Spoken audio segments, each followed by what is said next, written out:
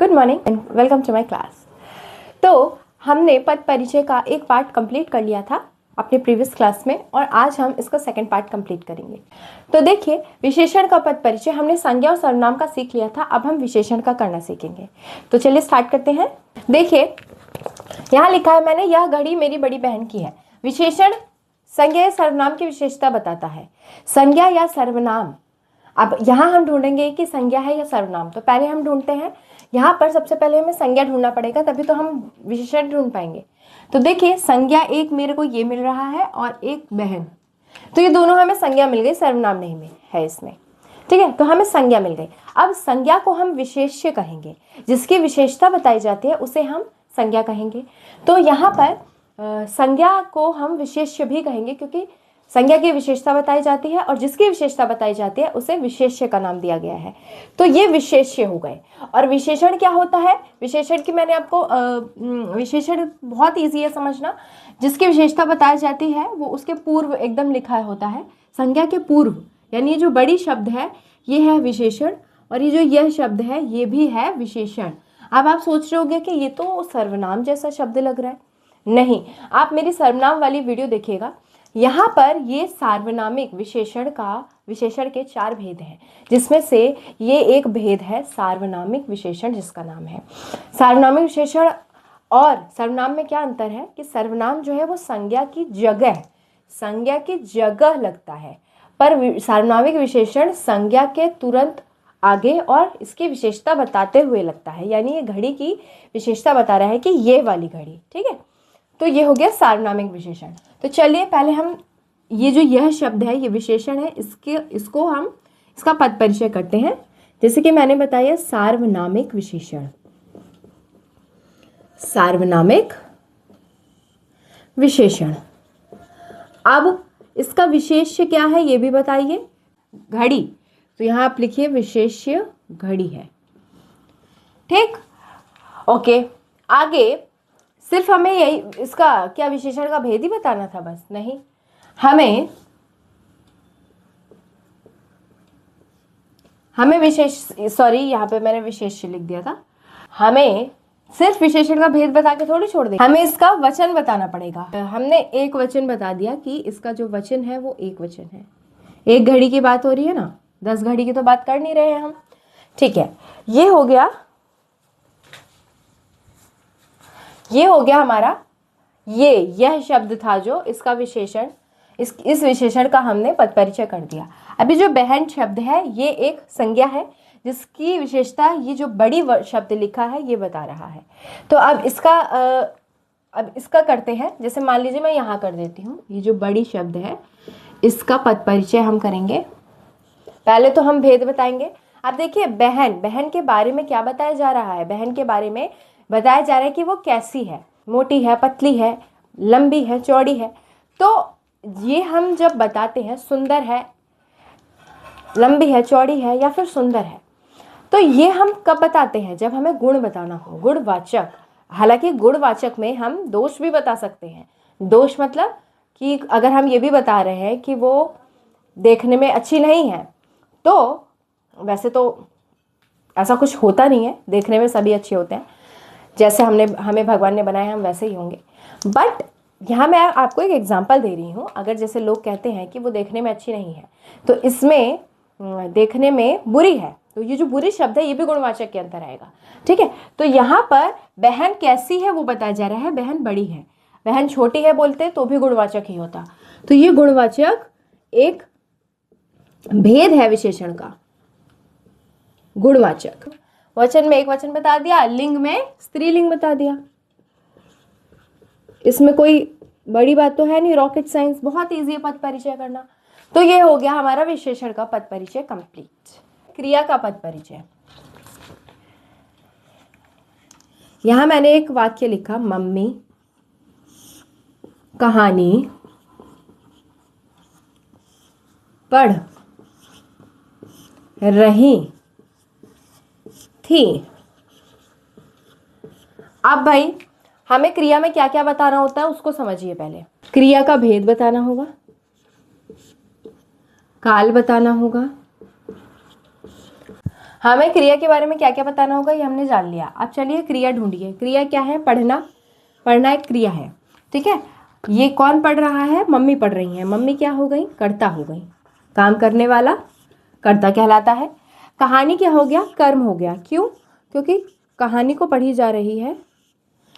क्या पढ़ रही हैं? कहानी। तो जब हम क्या का क्वेश्चन करते हैं तो हमें कर्म का पता चलता है, तो ये एक सकर्मक क्रिया है। तो हमें पता चल गया कि क्रिया कौन सी है? सकर्मक। क्यों? क्योंकि हमें कर्म का पता चल रहा है इसमें। सकर्मक क्रिया। भेद बता दिया हमने। नेक्स्ट क्या भेद हो गया? काल। काल बताओ। रही थी। आपको पता है काल क्या होते हैं? टेंसेस जो आप इंग्लिश में पढ़ते हैं। टाइम जोन बताता है, प्रेजेंट, पास्ट, फ्यूचर। तो प्रेजेंट नहीं चल रहा, पास्ट चल रहा है। अब हिंदी में अगर मैं बोलूं, प्रेजेंट को बोलते हैं वर्तमान काल, पास्ट को बोलते हैं भूतकाल और फ्यूचर को बोलते हैं भविष्यकाल। तो ये है भूतकाल यानी पास्ट। भूतकाल क्योंकि पढ़ रही थी, पहले की बात की जा रही है। उसके बाद काल हो गया। वाच्य की बात करते हैं। देखिए वाच्य वाली क्लास आप ले लीजिएगा तो आपको वाच्य समझ आएगा, और काल वाली क्लास ले लेंगे तो काल भी समझ आ जाएगा। तो वाच्य में ये हो गया वृत्तिवाच्य, ठीक है। ये हो गया हमारा वाच्य। अब लिंग की बात करेंगे। लिंग कौन सा है? स्त्रीलिंग। कितना इजी है स्त्रीलिंग पता, लिंग पता करना। उसके बाद हमारा बचा वचन। वचन तो है एक वचन, इसमें कोई डाउट ही नहीं है। तो ये हो गया हमारा क्रिया का पद परिचय। क्रिया में हमें ये सारी चीजों का जरूर ध्यान रखना पड़ेगा, ठीक है। ओके, नेक्स्ट आगे बढ़ते हैं। अविकारी पे आते हैं। अविकारी के भी हमने 4 पार्ट्स पढ़े थे, तो चलिए उनका पद परिचय करते हैं। अब तो अब हम समझेंगे क्रिया विशेषण का पद परिचय कैसे करना है। अब देखिए मैं हर चीज़ आपको डीप में नहीं पढ़ा सकती, है ना, डीपली नहीं पढ़ा सकती, क्योंकि मैंने सारी इंडिविजुअल क्लास सबकी अलग अलग मैंने ले रखी है। देखिए क्रिया विशेषण का जो भेद होता है, कालवाचक, स्थानवाचक, रीतिवाचक, परिमाणवाचक। कालवाचक, स्थानवाचक, रीतिवाचक, परिमाणवाचक, ठीक है। तो 4 भेद हो गए इसके। जिसकी विशेषता बताई जाए वो भी हमें बताना है, ठीक है। जिसकी विशेषता बताई जाती है, जिस क्रिया की, वो क्रिया भी बताना है हमें कौन सा है। यहाँ पर पहले क्रिया ढूंढिए। पहले तो समझिए क्रिया विशेषण क्या होता है। विशेषण तो संज्ञा सर्वनाम की विशेषता बताता था, पर क्रिया विशेषण क्या होता है? ये क्रिया विशेषण क्या होता है? क्रिया विशेषण क्रिया की विशेषता बताता है। अब पहले हमें क्रिया ढूंढना पड़ेगा इस पूरे वाक्य में। क्रिया कहाँ कहाँ हो रही है? ये एक तो गई। गई मतलब जाना, आपको पता है, कोई जाता है तो वो क्रिया है। और एक जाकर। जाकर भी एक क्रिया है। अब एक बात बताइए, गई भी क्रिया है, जाकर भी क्रिया है। अब इसकी विशेषता कौन बता रहा है? गई की विशेषता ये है कि वो कैसे गई? धीरे धीरे गई। कैसे जा रही है? वो धीरे धीरे जा रही है। अगर यहाँ लिखा होता तेज तेज तो वो तेज तेज जा रही होती। तो यहाँ क्रिया क्रिया कैसे की जा रही है? धीरे धीरे की जा रही है। तो ये एक हमने क्रिया विशेषण ढूंढ लिया। उसके बाद यहाँ पर क्या है क्रिया विशेषण? यहाँ पर क्या है क्रिया विशेषण? जाकर। कहाँ जाकर? जैसे कि मैंने यहाँ बोला कैसे गई? धीरे धीरे। तो जाकर, कहाँ जाकर? घर पर जाकर। तो ये भी एक क्रिया विशेषण हो गया। जब आप क्रिया विशेषण के भेद समझेंगे तो आपको समझ आएगा कि मैंने इनको और इनको क्रिया विशेषण क्यों बोला है। तो अब बता दीजिए फटाफट कौन सा भेद है। ये तो हो गया रीतिवाचक क्रिया विशेषण। रीतिवाचक क्रिया विशेषण। और किसकी विशेषता बताई गई है? इस वाली क्रिया का विशेषता बताई गई है। आगे बढ़े। घर पर क्या है? घर को स्थान होता है, तो स्थानवाचक क्रिया विशेषण है ये भेद है एक क्रिया विशेषण का, ठीक है। और ये जाकर क्या है? किसकी विशेषता? संबंध क्रिया, जिसकी विशेषता बताई जाए। ये क्या है? किसकी विशेषता बताई जा रही है? जाकर की। तो ये हो गया क्रिया, ये है आपका क्रिया। ये हो गया हमारा क्रिया विशेषण पद परिचय। अब संबंध बोधक का पद परिचय हम करेंगे। यहाँ मैंने एक वाक्य लिखा, रीमा नानी के यहाँ गई। ये वाक्य लिखा मैंने। अब इसमें संबंध बोधक क्या है? देखिए रीमा नानी के यहाँ गई। अब इसमें संबंध बोधक में संज्ञा का संबंध संज्ञा से बताया जाता है, ठीक है। तो संज्ञा का संबंध संज्ञा से कैसे बताया जाएगा? जैसे कि यहाँ पर रीमा एक संज्ञा है, नानी भी एक संज्ञा है। इन दोनों का आपस में संबंध ये वाला जो शब्द है के यहाँ कर रहा है। ये तो हो गई क्रिया और ये हो गई संज्ञा। तो संज्ञा भी ये भी है, संज्ञा ये भी है। इन दोनों का संबंध आपस में ये बता रहा है कि रीमा नानी के यहाँ गई। तो जो के यहाँ शब्द है यही संबंध बोधक शब्द है। अब इसका भी भेद होता है, तो कौन सा संबंध बोधक शब्द होगा ये? अब के यहाँ क्या होता है, कहीं हम जाते हैं तभी तो के यहाँ बोलेंगे, है ना। तो कौन सा है? स्थानवाचक संबंध बोधक। इसका भी नाम, इसके भेद का भी नाम है स्थानवाचक संबंध बोधक। ठीक है, तो ये बात इतनी क्लियर हो गई होगी आपको। एक और एग्जांपल दे देती हूँ मैं ऐसे ही। अनु के बिना सीता नहीं जाएगी। अब अनु और सीता दोनों संज्ञा है, दोनों का रिलेशन बता रहा है के बिना। तो जो के बिना शब्द है यही संबंध बोधक शब्द कहलाएगा। तो ये हो गया संबंध बोधक और ये क्रिया विशेषण, हमने दोनों समझ लिया। अब हम दो और बचे हैं, उनको करेंगे। अब हम समझेंगे समुच्चय बोधक का पद परिचय कैसे करना है। देखिए समुच्चय बोधक क्या होते हैं, इसके भेद होते हैं, दो भेद हैं, समानाधिकरण, व्यधिकरण। समानाधिकरण क्या है? जब समान अधिकार, समान, आपको नाम से ही पता लग रहा है, समान अधिकार लगा के हम और लगाते हैं। सीता और गीता को समान अधिकार, समान दर्जा मिला है, तो इसलिए और लगाया हमने यहाँ बीच में। तो ये जो और सूचक शब्द है, ये जो और है, यही समुच्चय बोधक शब्द है। और ठीक है, ये और लगा के हमने, ये और आपने देखा होगा, आपने सोचा होगा ये और क्या होता है, तो ये और जो है ये समुच्चय बोधक के अंदर आएगा। अब देखिए ये अविकारी क्यों है? अविकारी मतलब और का रंग रूप बदलता नहीं है, ना ही वचन के हिसाब से और ना ही लिंग के हिसाब से। बदल के देखिए, इसका स्त्रीलिंग पुल्लिंग थोड़ी होता है, औरो औरा कभी नहीं होता, हमेशा और को और की तरह लिखते हैं, तो इसलिए भी ये अविकारी में आते हैं। ठीक है, तो सीता और गीता खेलती हैं। दो वाक्य को जोड़ने वाले जो शब्द होते हैं उसको भी समुच्चय बोधक कहते हैं। दो वाक्य को, जैसे इसके भेद मैंने दो बता दिए, और योजक शब्द जैसे कि और, की, तो दो उपवाक्यों को जोड़ने का भी काम ये करते हैं। तो ये हो गया समानाधिकरण,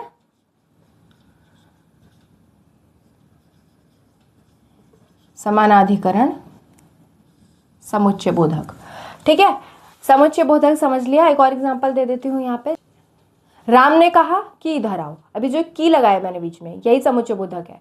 ठीक है, जहाँ लिखा है ना योजक शब्द, यानी जोड़ने वाला जो काम करता है। राम ने कहा कि इधर आओ, दो उपवाक्यों को भी जोड़ने का ये काम करता है। ठीक है, तो ये आपको आ गया होगा समझ। अब हम पढ़ेंगे विस्मयादि बोधक पद परिचय। देखिए विस्मयादि बोधक में विस्मयादि मतलब होता है जब हम किसी चीज को लेके, या तो आपने ये वाला मार्क देखा होगा, ये जो ये मार्क होता है, ये विस्मयादि वाले शब्द के आगे या सेंटेंस के आगे लिखा जाता है। जैसे कि यहाँ पर मैं एग्जांपल देती हूँ, वह हम जीत गए। तो यहाँ पर वह हम जीत गए, जब कोई जीतता है तो खुश होता है, ये खुश होकर वह बोला गया है, यानी हर्ष का भाव, हर्ष मतलब खुशी, तो खुशी का भाव हुआ है यहाँ पे। तो ये खुशी सूचक, हर्ष सूचक, हर्ष सूचक, ये हर्ष सूचक है। ठीक है, तो ये हर्ष सूचक है, वह हम जीत गए, तो ये हर्ष का भाव दिखा रहा है, इसलिए हर्ष सूचक है। अब यहाँ लिखा है मैंने आह सर में दर्द है। सर में दर्द होता है तो कोई खुशी मनाई जाती है? नहीं, ये जो आह बोला है ये एक दर्द में आह बोली गई है। तो ये जो आह, देखिए एक्सक्लेमेशन मार्क, आह, वाह, तो ऐसे जो शब्द होते हैं विस्मयादि बोधक के अंदर ही आएंगे। देखिए आह, आह यानी अब ये हर्ष सूचक नहीं है, ये है पीड़ा का भाव। यहाँ पे है पीड़ा यानी दर्द का, पीड़ा का भाव, तो ये क्या हो गया? पीड़ा सूचक, है ना, पीड़ा सूचक। ये हो गया आपका पद परिचय कंप्लीट। तो आपको पद परिचय आप समझ आ गया होगा किस तरीके से करना है, किस तरीके से हमें सीखना है। और पहले पद परिचय को एक बार करने से पहले आप प्लीज़ अपने सारे जितने भी जैसे संज्ञा, सर्वनाम, विशेषण, क्रिया विशेषण, है ना, ये सब आप अच्छे से अपना कॉन्सेप्ट पहले क्लियर करिए, तभी आप पद परिचय को ज़्यादा अच्छी तरीके से समझ पाएंगे। अब आपको होमवर्क के लिए एक मैं शब्द दे दे रही हूँ, कमेंट्स में मुझे इसका पद परिचय करके दिखाइएगा। यहाँ मैंने लिखा मेरी बहन अच्छा खाना बनाती है। इसमें आपको पद परिचय करना है, एक तो ये मेरी शब्द का, और दूसरा पद परिचय आपको करना है बनाती का। इन दोनों का पद परिचय आप मुझे अच्छे से कमेंट बॉक्स में करके दीजिए। ठीक है, ये आप लोगों का होमवर्क है। तो thank you so much for watching my video. Please अपने फ्रेंड्स के साथ मेरा चैनल शेयर करिए। Thank you.